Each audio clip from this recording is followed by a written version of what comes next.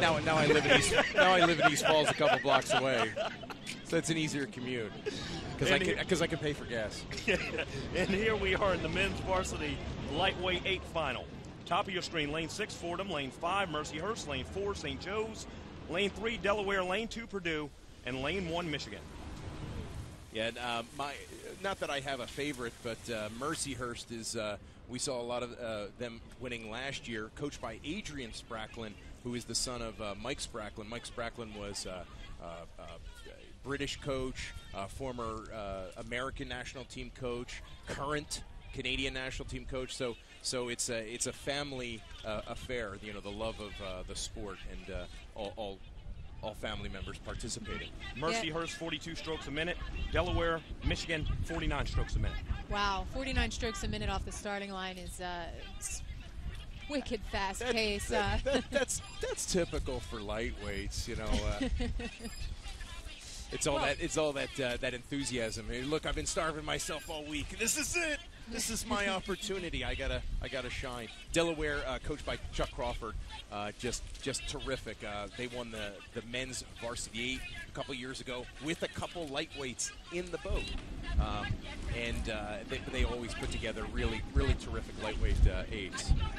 Yeah, we'll probably see a strong performance out of Michigan U as well. We got Michigan, Delaware, Mercyhurst. They're all going to be strong crews. And St. Joe's in 1999, they won this event. So, you know, we'll see what St. Joe's can do. And they just got a new coach as well, Mike Irwin. Yeah, Mike Irwin is now the men's coach over at St. Joe's. He coached at Penn for years, and they brought him over to St. Joe's to shake up the program a little bit, and they seem to be doing a good job. They've got a few boats in the finals here. We'll see what they can do. They're in lane 4, which is a high-ranking qualifying lane to get into this final, and we'll see how it shakes out. The leader still at 39.5 strokes a minute. And actually, to be quite honest, that is kind of typical for lightweight men's programs. It's the idea. Again, it's all physics. The oar itself is a lever. You're placing it in the water. You're trying to leverage the boat around the pivot point, which is the blade tip.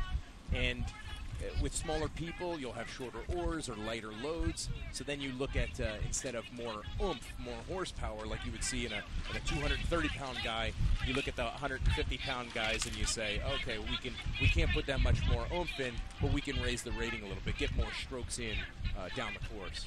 Essentially, we're talking about a short-legged runner having to move those feet a little bit faster than a long-legged runner. Sure. That's a great comparison.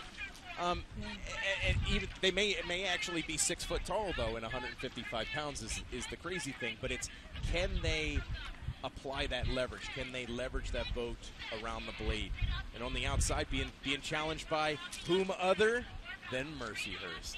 Yeah, it's a real race shaping up here between these two crews. They are neck and neck. I mean, they are dead even at this point in the race. And it's going to be a fight through this middle 500 here to see who's going to come out on top. And St. Joe's University, the meat in that sandwich, as the British would say, in between those two crews, the lane 5 Mercyhurst challenging Delaware, and in between St. Joe's. And St. Joe's wants to stay on par, so it's kind of good for them to be next to those big crews. They can get motivated. Hey, we're that close. These are the leaders, and we're in touching distance. After their sprint, Mercyhurst dropping down to 35 strokes a minute. Again, a Canadian coach may have the same technique as the Western Ontario crews, so the Canadian rowers, and being poised and having a longer stroke. We'll have to see.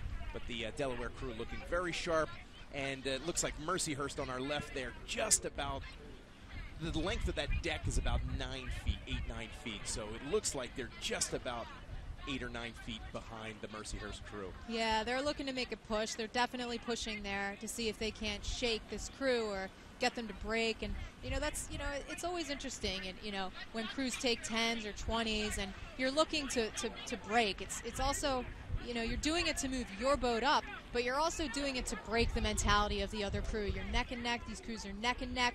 So Mercyhurst has put in a push, and they're going to see how the other crew responds. And it looks like they're holding on to that lead. So either Delaware is they're either waiting to make a push back, maybe they've got something in their back pocket for later, or maybe they haven't noticed. But it's interesting how that dynamic plays out as these races come down. Look at the difference in the stroke rate.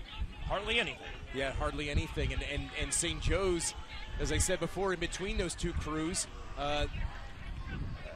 looking to sneak into that third bronze position there with I guess it's Purdue on the outside there. Yeah, and Mercyhurst just seems to be just edging out a little bit more and more as this coming into this last 500. It's not a main power move. It's not anything dramatic, but they're just taking inches every stroke, just pushing it out. Looks a like little more. the Mercyhurst coxswain is waving her hands in the air, trying to raise the roof. Her athletes are motivated. She was just waving her hands in the air, which you don't typically see. The coxswain actually has a rope that they hold on to as the rudder, but he started waving, took his hands off the rudder. He's pumping his fist. He's pumping his fists, and he's getting his guys energized. It looks like they've got open water now over Delaware. And on the bottom, in the middle of our screen, we're going to see St. Joe's trying to get their first medal in a while here at the Dad Vails. Yeah, Michigan's pushing. They're pushing back on St. Joe's. St. Joe's is going to have to respond if they want this medal. Michigan is pushing hard and pushing strong. If St. Joe's wants it, they're going to have to push. It looks like they may have it. Yeah, right, and they just got it by 3/4 of a length. St. Joe's Hawks. St. Joe's Hawks get the bronze. Mercyhurst, we called their name all last year. Time after time, and for the first time we call their name today. They are the champions of the men's varsity lightweight 8. Very that was an animated coxswain. He was I was ready to jump in the boat at one point. Yeah, he's The thing about you act like that and you don't win that's when you have a talking to. Well, and the thing about the coxswains is they typically have personalities larger than anybody else in the boat. So they kind of wish they were rowing, I think. I mean, look at this guy. He's ready to jump in the water. He may go. He's totally pumped with that medal. And I think he knows it's his moment. I think he knows he's on ESPN3 streaming live. He's taking advantage of that spotlight. Wouldn't you? Oh, wait, we are. Yeah, we are.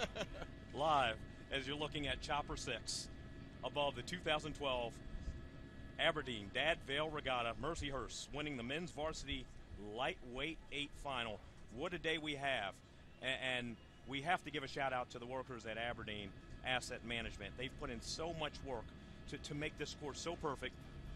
They've been doing 20-hour days. They started on Wednesday. They have a 2-day breakdown.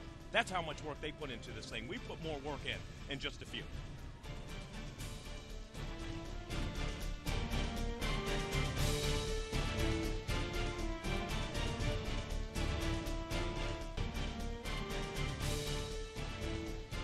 This 6 ABC update brought to you by Aberdeen Asset Management. Welcome back to the 2012 Aberdeen Dad Vail Regatta. I am your host, Keith Russell, joined by Ferdinand Bergen and Renee Heichel. And just moments ago, we had quite a race. Now, the local teams didn't get the gold, but they did medal, and this is what you need to see. The men's varsity lightweight 8 final just moments ago, and here's a look. Mercyhurst, we called their name all last year, Ferdinand. We're calling their name again. Yeah, coached by Adrian Spracklin, again, son of Mike Spracklin, the current Canadian national team coach. Rowing, it just runs in their family. Delaware, the silver, and Renee Heichel, St. Joe's, your alma mater, the bronze. That's right. They've got a new coach in there this year, Mike Irwin, trying to shake up the program, and they got bronze. They haven't had a medal in this event since 1999, so this is a huge comeback for St. Joe's Hawks. A huge day for the Hawks, a huge comeback for their rowing program. Here are your final results. Mercyhurst followed by Delaware, St. Joe's, Michigan, Purdue, and Fordham.